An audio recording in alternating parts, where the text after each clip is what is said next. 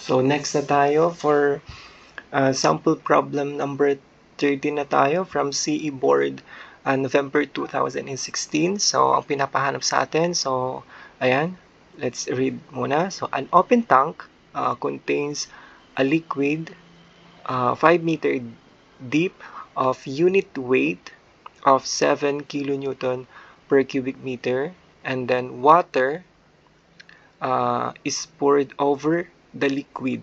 Ayan. Over the liquid, and the total depth of both liquids is 8 meter, and obtain the gauge pressure in kPa at the bottom of the tank. Ayan. So, bottom of the tank. So, pinapahanap sa atin is ito. Dito na lang. Pinapahanap sa atin is yung dito.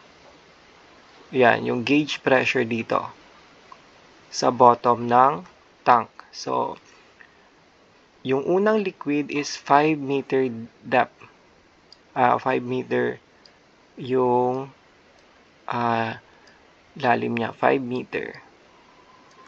And then, yung second na, yung tubig daw, so binuhos over the liquid. So, andito. So, 3 meter.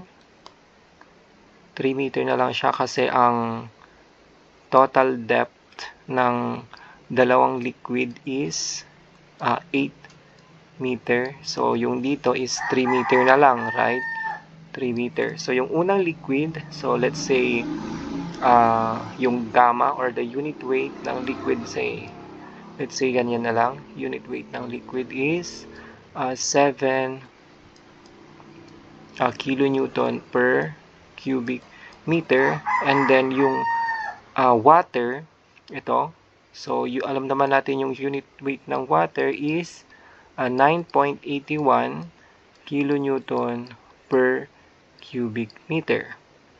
So, pinapahanap sa atin yung dito, yung pressure dito sa bottom ng tank.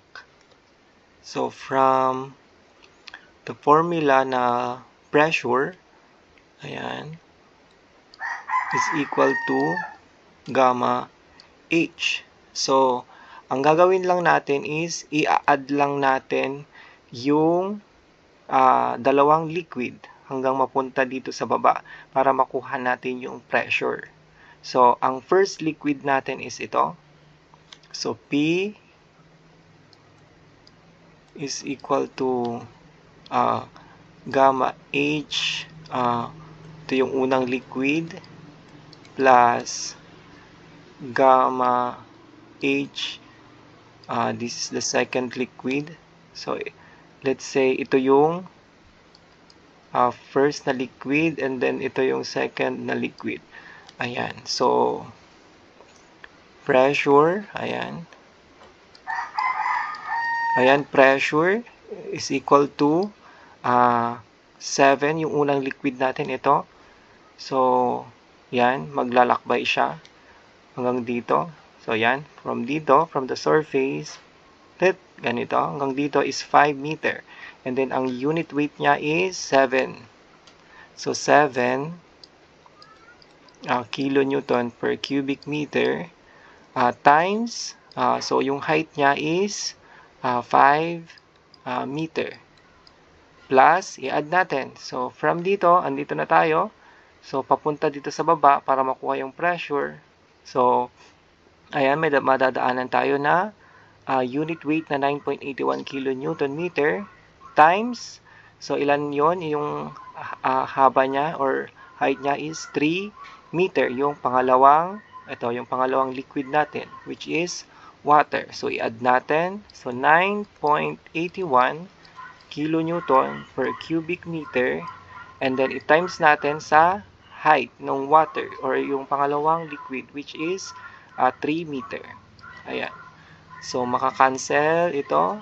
Cancel meter squared. And then, ito maka-cancel din to, meter squared. And then, diba, take note natin, diba, kilonewton meter squared. Ayan, ayusin lang natin. So, kilonewton per meter squared is equal siya sa kPa. So, ang magiging answer natin dito is kPa. Saan na tayo? So, P is equal to 35, 7 times plus 9.81 times 3. So, ano yung answer nyo? So, ang answer natin dito is 64.43 kilonewton meter squared, or palitan natin ng kPa. Yan. So, yan. kPa. So, kPa. Ayan. Ayan. So, kPa yung pinapahanap sa atin. Yan. So, that would be our final answer for sample problem number 13. So, dito sa umpisa, of course, mga ano lang muna, mga easy question lang muna.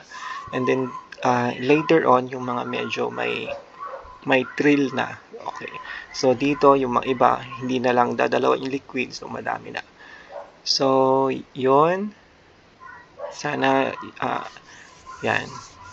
Sana na-gets nyo or naintindihan nyo